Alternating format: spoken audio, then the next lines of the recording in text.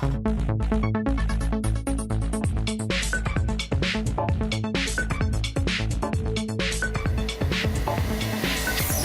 this video, I'm going to explain to you how to go about choosing a niche market. Before you set up your online store, you need to know what products you are going to start selling. So what niche do you want to go after? So one of the best places to go is to go to the leaders in e-commerce, and that's Amazon. And I would look through their categories to come up with some great ideas as to what kind of products people want, what kind of products you could be selling. So I would go over here to Amazon, and I would look under their categories here. So they've got everything: movie, music, and games. They've got electronics and computers, home and garden. So let's go here to home and garden, and then let's scroll on down. Notice they've got pet supplies, they've got kitchen, furniture and decor, appliances, and I'm going to just click on pet supplies here, and you can see here all the different types of products that they are carrying related to pets and animals. So if you go into a certain category that you're interested in, like let's say pets for example, you'll see up here at the top it's going to say best sellers. So what I'm going to do is just right click on that, and I'm just going to open that up in a new tab here. And this is going to show us the best sellers in pet supplies on Amazon. So you see here, this is a certain kind of cat litter. For whatever reason, this cat litter seems to be one of the most popular items on Amazon. This soft bedding here for other kind of animals seems to be a hot seller, and we want to look for items that we can sell. So we see like Fancy Feast and some other food items here, but let's scroll down and really get an idea as to what products people would be interested in. So here's a product that is a flea treatment item, and you can get some ideas again as to the types of products. You could even search by dog products that are the best sellers for dogs. Like here's a dog gate, and so we can get an idea here of the kinds of products. Like here's a cage that would be something that you could potentially sell on your site. So Amazon is, again, it's done really well. So if you look under departments and then scroll through here, so home and garden or beauty and health. So if we went to like health and beauty here, the beauty and health department, and let's look up health, household, and baby care, we could find a whole nother list of items. So the baby care niche is obviously very, very big. So if we were to go up here, and let's see, there's sports nutrition, vitamins, and dietary supplements. We all know that supplement niche is huge.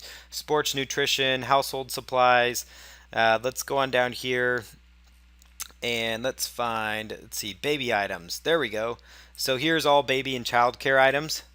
And inside this category, again, we could click on best sellers here and find the best selling items in baby care and get a really good idea. And then you could also narrow it down, baby and child care, and look like what items are the best items for baby and child care. Well, it looks like diapers. People seem to really like to buy diapers on Amazon. Here's a bendable teether, and there's some other items we can go on down here. It looks like diapers are predominant, so maybe that's something you could carry. If you could find a supplier that would carry diapers, that might be a way to go if you're into the baby niche market. We'll look up another category here, and so let's go to departments. Another big one, the home and garden market, kitchen and dining. You can see some products in there. So everything from bakeware. Notice there's like 179,000 items of bakeware on Amazon. And if I were to click on the bakeware category, these are the best sellers in bakeware. So you could see what kind of items people are interested in. So this is a great way to do some niche research, get some ideas for types of products that you would want to carry, so you can go out there and locate suppliers for them. Some other places to keep in mind or ideas for you: look at sites like Zappos, or look at websites that you frequent on the internet. What kind of items are you buying in offline businesses? So like if you go to a shopping mall, what kind of stores do you go to? Do you go to stores that sell sports apparel? Do you go to stores that sell shoes? And you could get some ideas there as well. So like companies like Zappos, obviously they're large because the shoe niche is huge. People love to buy shoes, they love to buy clothing. That's why sites like Teespring are so big, because people love apparel. Abercrombie, all those kind of high-end brands. And so I'm not saying you need to jump in and start selling apparel, but what I'm saying is look at stores that you shop at and then kind of go from there to determine if that's a niche you would want to sell products in. So let's say you have a dog or a cat and you find that you're always going to Petco. That would be a good indication that Petco may be a great store for you to consider looking for items. So go to Petco, you could look at the types of items they're selling. So selling pet supplies or pet products. There's a big business for selling pet products on the internet. Another one, like let's say you like to buy different makeups from Bare Minerals. They're one of the more popular ones from Bare Essentials, and they have all kinds of makeup that you can get at malls. You can get it on their website. And so if you are somebody that buys makeup all the time, maybe buying makeup from a supplier and then reselling it on your website might be a niche for you to consider. The next suggestion here, like vitamins and supplements. If you find that you're going to local vitamin stores, this might be a great indication that you should pursue selling supplements. Another great idea, like sporting goods. If you're going to stores like Dick's Sporting Goods or very popular sports websites, then you could go in and sell those kind of products.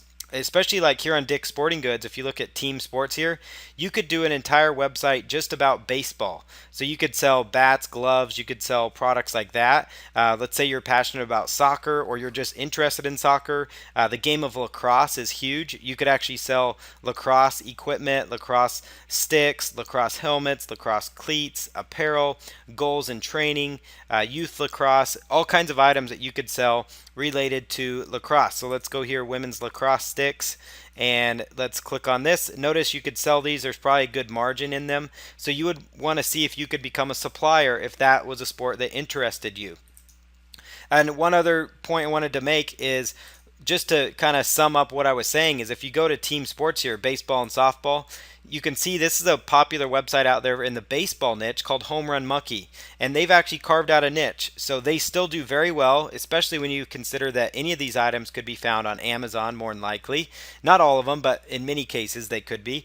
Many of these items could be purchased at Dick's Sporting Goods, at Big Five Sporting Goods, at maybe Walmart or other places like that. But these guys have carved out a niche selling baseball products on their website. So you could also get into that, selling baseball and softball products.